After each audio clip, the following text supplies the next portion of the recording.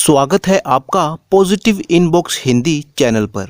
इस चैनल पर आपको नई नई और दिलचस्प कहानियां मिलती हैं। अगर आप पहली बार इस चैनल पर आए हैं तो चैनल को सब्सक्राइब कर लीजिए और वीडियो अच्छी लगे तो कमेंट और लाइक करना बिल्कुल मत भूलिएगा। सदियों पुरानी बात है, रतनगढ़ नाम के एक नगर में मोतियों का एक व्यापारी रहा करता था। कड़ी मेहनत और दौड़ धूप के बाद भी उसे व्यापार में इतना फायदा नहीं हो रहा था कि वो अपनी जिंदगी आराम से बिता सके। ना जाने क्या बात थी कि रतनगढ़ में उसका व्यापार ठीक से नहीं चल रहा था और ना ही मुनाफा हो रहा था।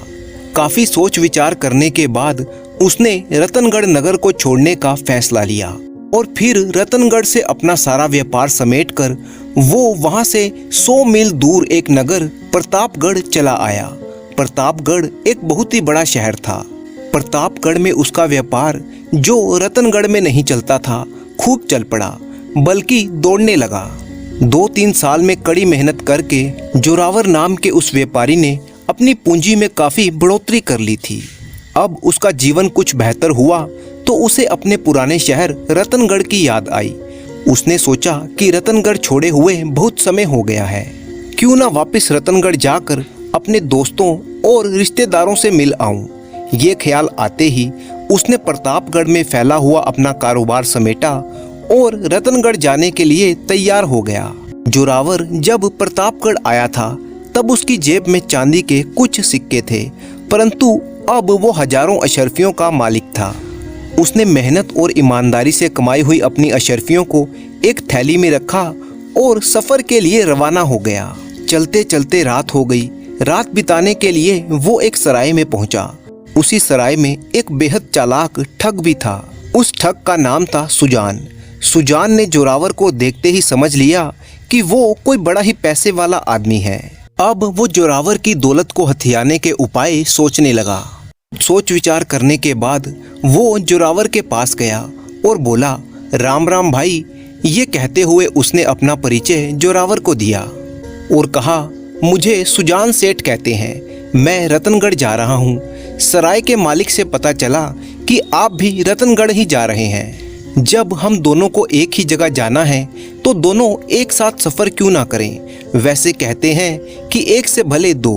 बातें करते चलेंगे तो सफर आसानी से कट जाएगा। जी हाँ, आपने सही कहा। मैं रतनगढ़ जा रहा हूँ अपने दोस्तों और रिश्तेदारों से मिलने के लिए। यहाँ प्रतापगढ़ में मेरा व्यापार है। अरे वाह, मैं भी एक व्यापारी हूँ और 10 साल बाद अपने राज्य रतनगढ़ जा रहा हूँ। सुना है आजकल लुटेरे इक्का दुक्का मुसाफिरों को देखकर लूट लेते हैं या ठग उन्हें अपनी चिकनी चुपड़ी बातों में फुसलाकर उनकी जमा पूंजी हथिया लेते हैं। बस यही सोचकर मैंने आपके सामने ये प्रस्ताव रखा। दोनों एक साथ चलेंगे तो एक दूसरे का सहारा रहेगा। इस बात पर भला जोरावर को क्या एतराज हो सकता था। वो खुद भी रास्ते में ठगों और लुटेरों के डर से बहुत ही घबराया हुआ था। उसने सुजान के साथ सफर करने के लिए हामी भर ली। अगली सुबह दोनों मुसाफिर रतनगढ़ की तरफ जाने के लिए बढ़ने लगे। सुजान ने अपनी लच्छेदार और चिकनी चुपड़ी बातों में जोरावर को पूरी तरह से फंसा लिया था और बातों ही बातों में ये बात भी मालूम कर ली कि उसके पास कितनी अशर्फियां हैं। सफर पूरा करते करते वे रतनगढ़ राज्य के पास जा पहुंचे। उन दिनों में रतनगढ़ में बाहर से आने वालों के लिए रतनगढ़ में दाखिल होने से पहले सिर्फ व्यापारियों को एक कर यानी टैक्स का भुगतान करना पड़ता था। सुजान ने जोरावर से कहा, भाई हम दोनों प्रतापगढ़ में ही रहकर पाई पाई जोड़ कर लाए हैं। अगर हम दोनों ही अपने आप को व्यापारी बताएंगे तो हम दोनों को ये कर भरना पड़ेगा। क्यों ना हम में से एक व्यापारी बनकर कर भर दे और दूसरा एक आम आदमी की तरह नगर में दाखिल हो, तो एक आदमी कर देने से बच जाएगा। जोरावर एक सच्चा और ईमानदार व्यापारी था। उसे ईश्वर पर पूरी आस्था थी और झूठ बोलने से वो हमेशा दूर ही रहता था। मगर जब सुजान ने बड़े ही अपनेपन से ये बात कही तो उसने कहा, ठीक है, मैं खुद को व्यापारी बताकर पूरे कर का भुगतान करूंगा, आप चिंता ना करें। सुजान ने कहा, शायद आप मेरी बात का मतलब नहीं समझे। मैं इसलिए कर नहीं बचाना चाहता कि मैं कंजूस हूँ, बल्कि असली बात तो ये है कि यहाँ का राजा बड़ा ही फिजूल खर्च है। कर से हासिल होने वाला सारा पैसा वो अपने ऐशो आराम पर खर्च करता है और ये हमारी मेहनत की कमाई है। चलिए मैं ही कर का भुगतान करूँगा, बस आप मेरे साथ साथ रहना। कम से कम एक भाई का पैसा तो कर के नाम पर खजाने में जाने से बच जाएगा। माफ़ कीजिए, वैसे आपने अच्छा उपाय बताया, मुझे ये बात मालूम नहीं थी। अब सुजान ने बड़ा ही अपनापन दिखाते हुए कहा, देखिए जोरावर भाई, आपने मुझे बड़ा भाई कहा है और ये बात गलत भी नहीं है, क्योंकि मैं उम्र में आपसे बड़ा हूँ। इसीलिए बड़ा भाई होने के नाते कर का भुगतान आप नहीं मैं करूँगा। सुजान ने ये बात बड़े ही अपनेपन और नरमी से कही थी, इसीलिए जोरावर को उसकी बात माननी ही पड़ी। अब वो दोनों रतनगढ़ में दाखिल होने वाले मुख्य द्वार पर पहुंचे। तब सुजान ने आगे बढ़कर वहां पर तैनात राज कर्मचारी से कहा, श्रीमान मेरा नाम सुजान है, मैं 10 साल बाद अपने राज्य रतनगढ़ में वापस आया हूं। मैं एक व्यापारी हूं, मेरे पास मेरी कमाई हुई अशर्फियां हैं और मैं अपने नौकर जोरावर के साथ रतनगढ़ में जाना चाहता हूं। कर अधिकारी बोला, ठीक है, आप 10 अशर्फियां कर के रूप में जमा करवा दें और शहर में चले जाएं। 10 अशर्फियां? ये कहते हुए सुजान जोर से चिल्लाया, ये तो बहुत ही जुल्म है, तुमने क्या लूट मचा रखी है, मैं 10 अशर्फियां नहीं अदा कर सकता। कर अधिकारी ने बड़ी ही नरमी से उसे समझाते हुए कहा, आप 10 अशर्फियां अदा नहीं कर सकते तो आप शहर में भी नहीं जा सकते। सुजान ने कहा, अरे तुम तो राजा के पक्ष में ही बात करोगे, तुमसे ज़्यादा तो मैं राजा के बारे में जानता हूँ। वो व्यापारियों की मेहनत की कमाई कर के नाम पर लूट रहा है। कर अधिकारी कहने लगा, खबरदार, अब एक भी शब्द आपने महाराज के खिलाफ बोला तो आपके लिए ठीक नहीं होगा। कर अधिकारी क्रोध से आग बबूला हो चुका था, बात काफी बढ़ गई। तब जोरावर ने बीच में आकर बीच बचाव करवाया और सुजान ने कर भरा। फिर दोनों रतनगढ़ में दाखिल हुए। जब जोरावर ने पहले रतनगढ़ छोड़ा था तो वह अपना मकान भी बेच चुका था, इसीलिए वापस आने पर उसके पास कोई आसरा नहीं था। यही हाल उसके साथी सुजान का भी था, इसीलिए दोनों ने रतनगढ़ में किसी सराय में रुकने का फैसला किया। सराय में पहुंचकर सुजान ने दोनों का सामान एक कमरे में रखवाया, फिर अपनी जेब से 10 चांदी के सिक्के जोरावर की तरफ बढ़ाए और कहने लगा, लो ये रख लो। किस लिए? जोरावर इस बात पर बड़ा ही हैरान था। ये तुम्हारी तनख्वाह है। कैसी तनख्वाह? सुजान ने मुस्कुरा कर कहा, अरे भाई तुम मेरे नौकर जो हो। जोरावर हंसते हुए बोला, अच्छा मजाक कर लेते हो, मैं मजाक नहीं कर रहा, पूरी तरह से होश हवास में बात कर रहा हूँ। जोरावर उसकी तरफ देखते का देखता ही रह गया। उसे सुजान की ये बात बिल्कुल भी समझ में नहीं आ रही थी कि सुजान उसके साथ ऐसा रवैया क्यों कर रहा है। वो उस वक्त किसी बहस में उलझना भी नहीं चाहता था, इसीलिए उसने सोचा कि सुजान उसके साथ नहीं रहना चाहता तो कोई बात नहीं, वो किसी दूसरी सराय में जाकर ठहर जाएगा। वो वहां से अपना सामान उठाकर जाने लगा तो सुजान ने अशर्फियों की थैली उसके हाथ से छीनते हुए कहा, ये मेरी थैली लेकर तुम कहाँ जा रहे हो? अरे भाई सुजान, ये क्या हो गया है तुम्हें? आप अच्छी तरह से जानते हैं कि ये थैली मेरी है। सुजान बोला, मेरी बिल्ली और मुझी से म्याऊं? मेरा नौकर होकर मुझी को आंखें दिखाता है। और फिर सुजान ने एक झन्नाटेदार थप्पड़ जोरावर के मुंह पर जड़ दिया। थप्पड़ खाकर जोरावर सन्न रह गया। उसकी समझ में नहीं आ रहा था कि सुजान को यहाँ पहुँचते ही क्या हो गया है। इधर शोर शराबा सुनकर सराय में रहने वाले बाकी मुसाफिर भी इकट्ठा हो गए। सुजान उनको चीख चीख कर बताने लगा। उसने जोरावर की तरफ इशारा करते हुए कहा कि ये मेरा नौकर है और अब इसकी नीयत खराब हो गई है। मेरे सामान को ये अपना सामान और मेरी रकम को अपनी रकम बता रहा है। अब जोरावर समझ गया कि सुजान के रूप में उसका पाला एक बड़े ही शातिर और चालाक ठग से पड़ गया है। जोरावर ने अपनी सफाई में कहा, मैं इसका नौकर नहीं हूँ, ये एक ठग है और मुझे नौकर बताकर मेरी कई साल की कमाई हड़पना चाहता है। ये सुनकर सुजान जोरावर के साथ मरने मारने की बातें करने लगा। झगड़ा बढ़ जाने पर सराय का मालिक दोनों को लेकर नगर के न्याय अधिकारी के सामने पेश हो गया। सराय के मालिक से सारा मामला जानने के बाद न्याय अधिकारी ने कहा, किसी भी फैसले पर पहुंचने से पहले मैं जानना चाहता हूं कि थैली में कितनी अशर्फियां हैं। जोरावर ने कहा, मैं बताता हूं। लेकिन सुजान यानी वो ठग बीच में ही चीख पड़ा, नहीं श्रीमान, थैले में कितनी अशर्फियां हैं ये पहले मैं बताऊंगा। न्याय अधिकारी ने दोनों को बीच में ही टोका और कहा, मैं तुम दोनों से अलग अलग अकेले में मालूम करना चाहता हूं कि थैली में कितनी अशर्फियां हैं। न्याय अधिकारी ने ये बात इस ख्याल से कही थी कि थैली का जो भी असली मालिक होगा वही अशर्फियों की सही गिनती बता सकेगा, दूसरा नहीं। न्याय अधिकारी ने दोनों से अलग अलग अशर्फियों की गिनती मालूम की और फिर अपने एक कर्मचारी से अशर्फियों की गिनती करवाई तो अशर्फियां दोनों की बताई हुई संख्या के बराबर ही थी। न्याय अधिकारी जिस मामले को बहुत ही आसान समझ रहा था वो बहुत ही उलझ गया था। बहुत सोचने के बाद उसने कहा, अगर तुम दोनों के पास तुम्हारी बात का कोई सबूत या गवाह है तो उसे पेश करो ताकि न्याय किया जा सके। ये सुनकर जोरावर गहरी सोच में पड़ गया। सोचने लगा, प्रतापगढ़ यहाँ से बहुत ही दूर है, इतनी दूर से मैं कोई सबूत या गवाह भला कैसे लाऊंगा। और रहा रतनगढ़, तो रतनगढ़ में उसके दोस्त और रिश्तेदार तो हैं, मगर उन्हें क्या मालूम कि मैं 3000 अशर्फियां कमा कर लाया हूँ। दूसरी तरफ सुजान सबूत और गवाह की बात सुनकर खुश हो गया। उसने मुस्कुराते हुए कहा, हजूर, रतनगढ़ में दाखिल होते समय मैंने 10 अशर्फियां राजा के कर के रूप में अदा की थी। आप शहर के मुख्य द्वार पर तैनात कर अधिकारी से मेरी बात की सच्चाई जान सकते हैं कि हम में से कौन मालिक है और कौन नौकर है। ये सुनते ही जोरावर के होश उड़ गए। इससे पहले कि वो कुछ कह पाता, सिपाही तुरंत जाकर उस कर अधिकारी को वहां पर ले आए। न्याय अधिकारी ने पूछा, तुम इन दोनों को जानते हो? इनमें से मालिक कौन है और नौकर कौन है? जी हजूर, क्यों नहीं जानता।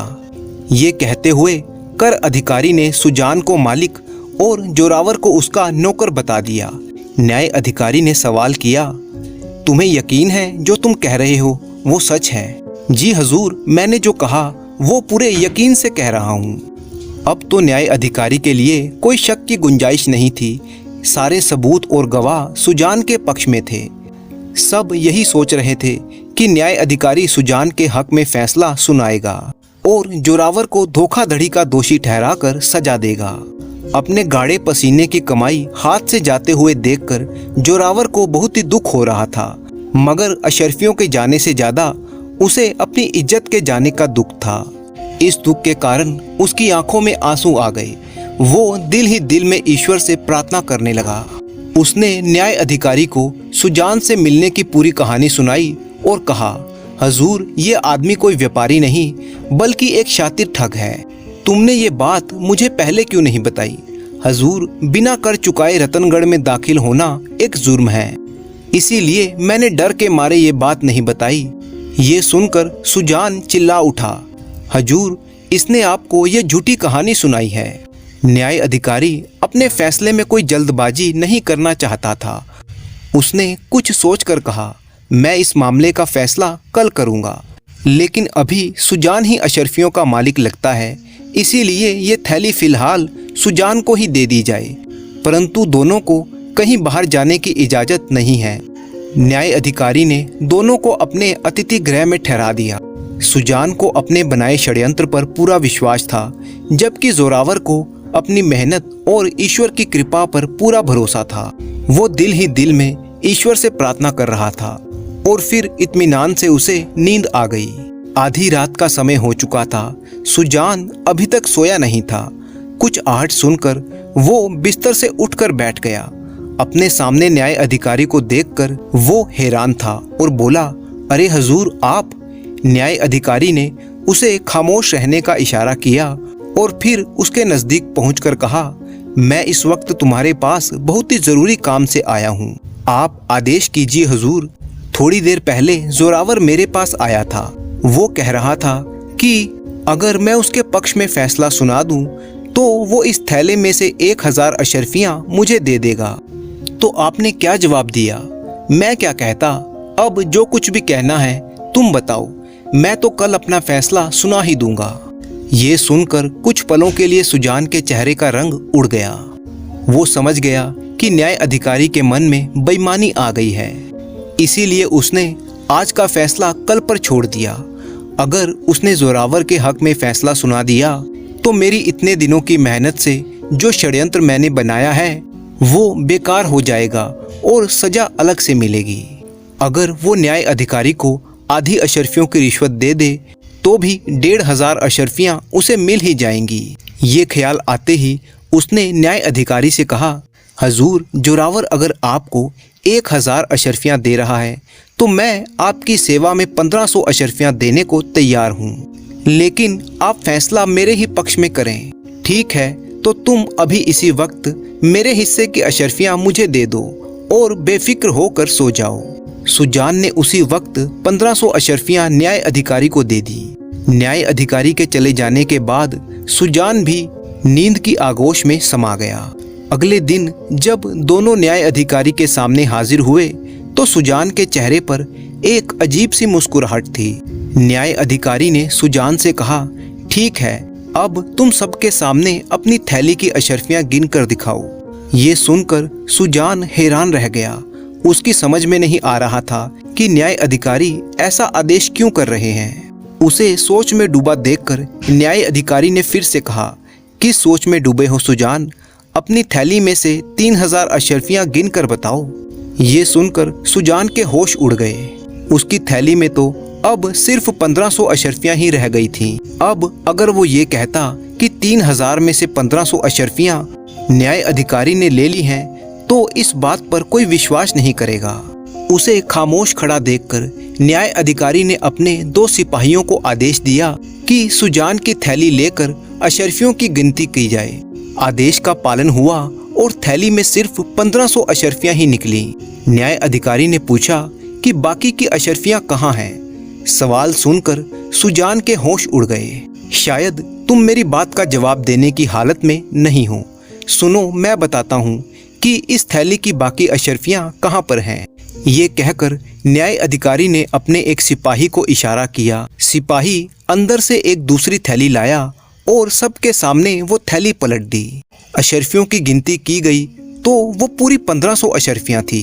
इसके बाद न्याय अधिकारी ने सुजान की तरफ इशारा किया और कहा, गिरफ्तार कर लो इस धोखेबाज ठग को।